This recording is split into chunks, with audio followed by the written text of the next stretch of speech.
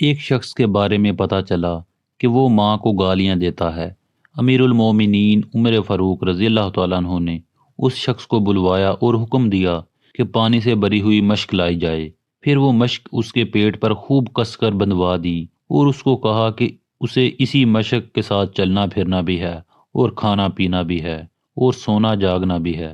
ایک دن گزرا تو وہ بندہ بل بلاتا ہوا حاضر ہوا کہ اس کو معاف کر دیا جائے، وہ آئندہ ایسی حرکت نہیں کرے گا۔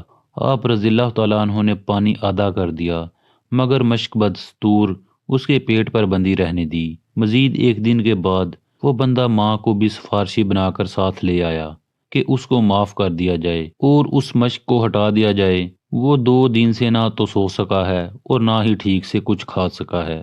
آپ نے اس کی ماں کی طرف اشارہ کر کے فرمایا کہ اس نے تجھے پیٹ کے باہر نہیں بلکہ پیٹ کے اندر اتنے ہی وزن کے ساتھ 9 ماہ اٹھا کر رکھا ہے۔ نہ وہ ٹھیک سے سو سکتی تھی اور نہ ٹھیک سے کھا سکتی تھی، پھر تو اسے موت کسی اذیت دے کر پیدا ہوا اور 2 سال اس کا خون پیتا رہا، اور جب اپنے پاؤں پر کھڑا ہوا تو اس کا شکر ادا کرنے کی بجائے اس کے لیے تیرے منہ سے گالیاں نکلتی ہیں۔ اگر آئندہ یہ شکایت موصول ہوئی تو تجھے نشان عبرت بنا دوں گا۔ عمر ابن خطاب رضی اللہ تعالیٰ عنہ پر اللہ پاک کروڑ ہا رحمت نازل فرمائے۔